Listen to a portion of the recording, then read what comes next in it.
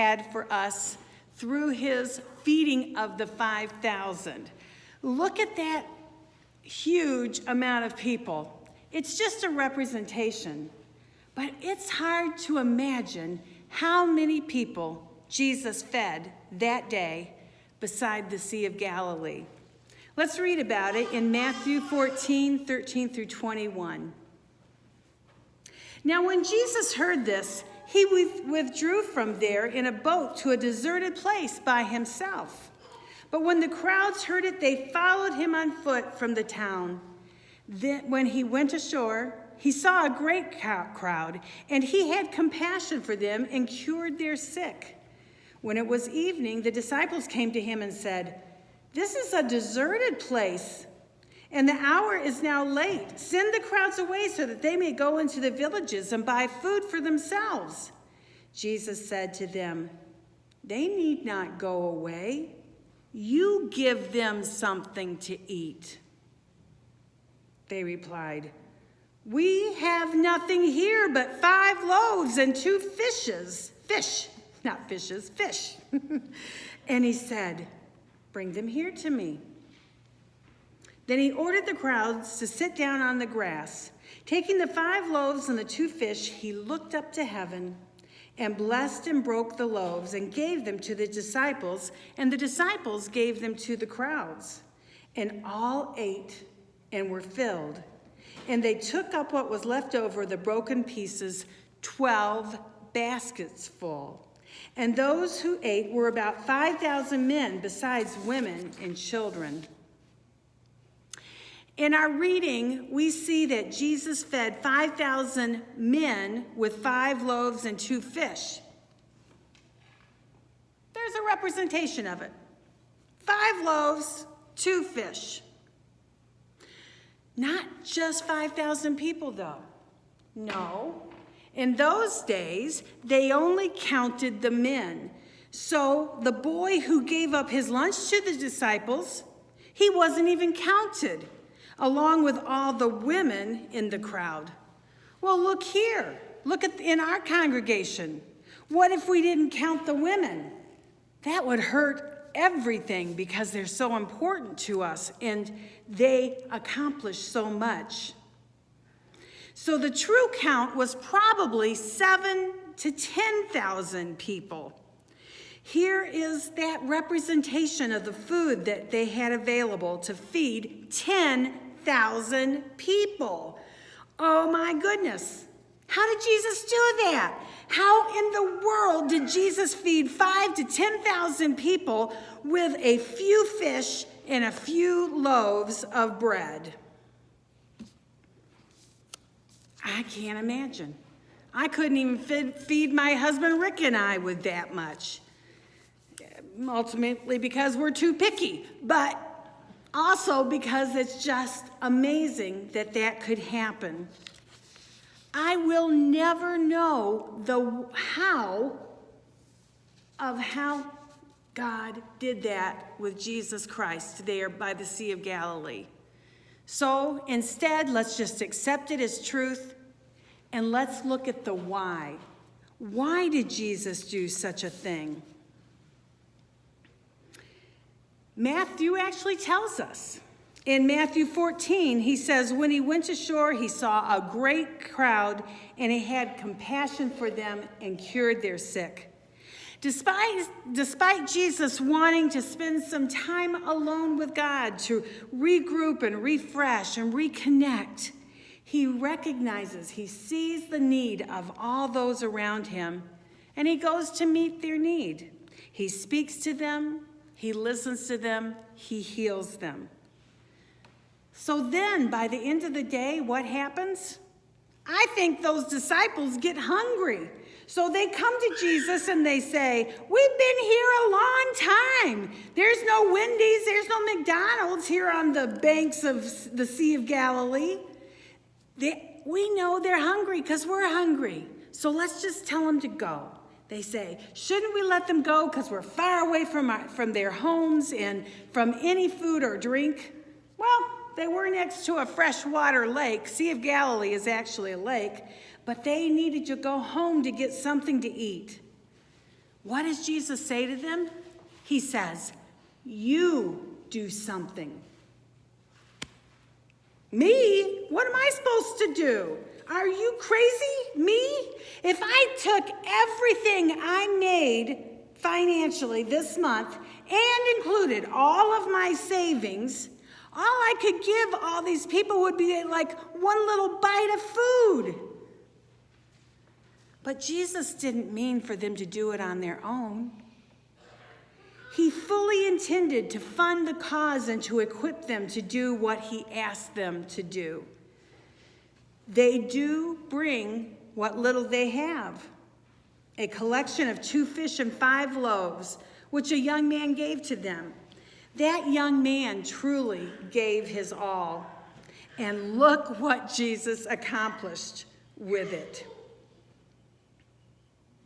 We don't know his name. We don't know his age. We don't know what village he came from. Truly, recognition is not why we give our all to Jesus. So if Jesus said, you do it to his disciples, is Jesus saying, you do it to us here at First United Methodist Church? Do we see the need in our community? Isn't he always saying that to us? I'm so proud to say that there is no other church in the Buchanan-Galeen area that has more people from their congregation working at the Redbud Area Ministries. And we are not the largest congregation represented. Every year, this church wins the prize for donating the most financially to the RAM ministry for, what date is that? It's the Super Bowl, for the Super Bowl. It's part of our self-identity. It's who we are as givers, as individuals, and as a congregation. Last Sunday, our church was very well represented, giving out food and backpacks to the community that drove up for the assistance. It was a beautiful thing to see these people right here as a part of that. This is a gracious community, and we are a loving church. We as a church, and I as your pastor, made a commitment to be available to help those struggling through this coronavirus. It's been a weird yet exciting time to be a part here of that in Buchanan. I've met people stuck at J&Ds for days on end. I've met young mothers and their children with food and job insecurity. I've met people living in their cars. Each person has prayed with me. Each person has received a Bible in the modern English translation, the Message. We have delivered food and medication to people who were fearful of getting out. We've tried to reach out where we are to those that God has put in our path. May God bless our endeavors and change lives through us reaching out our hands in service to God and to those around us. May the imprint that we leave be one of God's loving touch. God can take our offerings, however meager, and make a huge difference in the lives of those around us. Just like Jesus took the loaves and fishes and fed thousands of people. But do we sometimes limit God's imagination or his plan? Do we really allow God to have his way with our minds and our hearts and our future? Here's my example. I have a cat. This one's Disco. Disco likes to get outside. He wants to be outside and he tries to run, so we do everything we can to keep him from running outside. So I came up with this brilliant idea of getting him a harness so I could take him out on a leash so he could be outside and yet he would be safe. Good idea, huh? Yeah. So I put this harness on him, and this is what he says to me with his eyes, like, what have you gotten me into? So then I used the leash and I tried to walk with him. And this is what happens. With the leash, he lays down. It so reminded me of my son when he was 2 years old. We were going on an air flight somewhere, probably to Texas, and I needed to get through the airports with a 2-year-old who liked to run. So I thought, rather than me just having to hold him all the time, I could put a leash on him and he could run and walk next to me. So I put the leash on him. It was a little different than that, but not much. And he did not complain or cry about having the leash on, but he sat down. I could have drugged him through any airport I wanted to. He was not having it. So are we like that with the Spirit leading us? Do we put limits on where we're willing to go and what we will do and how we will do it? Do the limits that we set in our lives, are they the limits that God has set for us? I've told you about Sean and Elizabeth. So when I married Rick, I got this beautiful young woman as my daughter. She is amazing. I'm not going to cry at all. I'm telling you, I'm not going to cry at all. This is her and her husband, Sean. Elizabeth has had a heart for missions since she was a teenager. Every summer in college, she went to the Philippines, where Rick says that she took a picture of every child in the Philippines every summer, every kid. When she was in Michigan, she worked at a Christian camp with children from inner city areas. That's where she met Sean. He was working there as well. They married soon after I was introduced to the family.